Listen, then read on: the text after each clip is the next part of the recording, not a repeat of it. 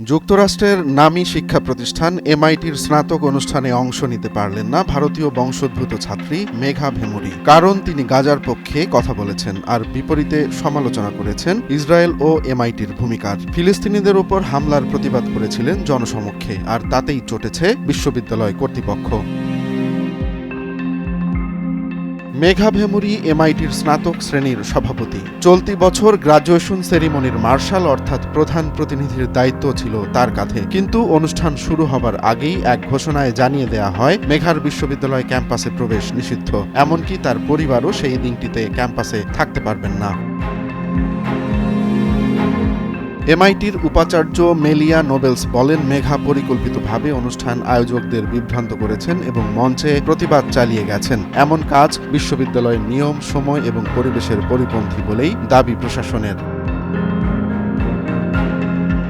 ঘটনার সূত্রপাত হয় এক অনুষ্ঠানে মেঘার বক্তব্য ঘিরে। তিনি লাল ক্যাফিয়ে পরে ফিলিস্তিনের প্রতি সংহতি জানান। বলেন, এমআইটি একটি বিদেশি সামরিক বাহিনীর সঙ্গে গবেষণা করছে, সেটি ইসরায়েলি বাহিনী। এর মানে এই প্রতিষ্ঠানের নামও জড়াচ্ছে গাজার হামলায়। তিনি সহপাঠীদের আহ্বান জানান ইসরায়েল বিরোধী অবস্থান নেয়ার জন্য।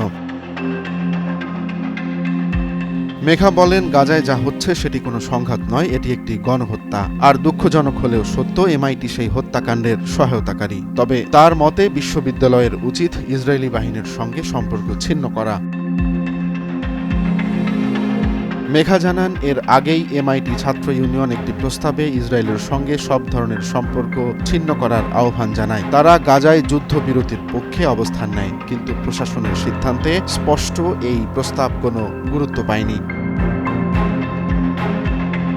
কে এই মেঘা ভেমুরি? তার জন্ম ও বেড়ে ওঠা যুক্তরাষ্ট্রের জর্জিয়ার আলফারেটায়। 2021 সালে হাই স্কুল পেরিয়ে এমআইটিতে তিনি ভর্তি হন। কম্পিউটার সায়েন্স, নিউরোসায়েন্স ও ভাষাতত্ত্ব নিয়ে পড়াশোনা সম্পন্ন করেন তিনি। এমআইটির ছাত্র সংগঠন রিটেন রেভলিউশনের সক্রিয় সদস্য তিনি। কাজ করছেন দক্ষিণ আফ্রিকার UCT neuroscience ইনস্টিটিউটেও।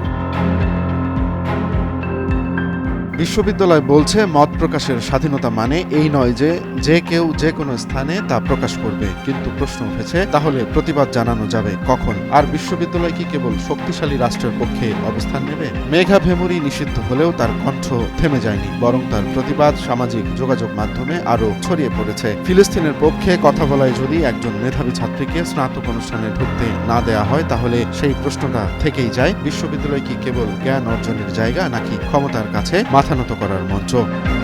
Romance Talukdar, Naya Diganta.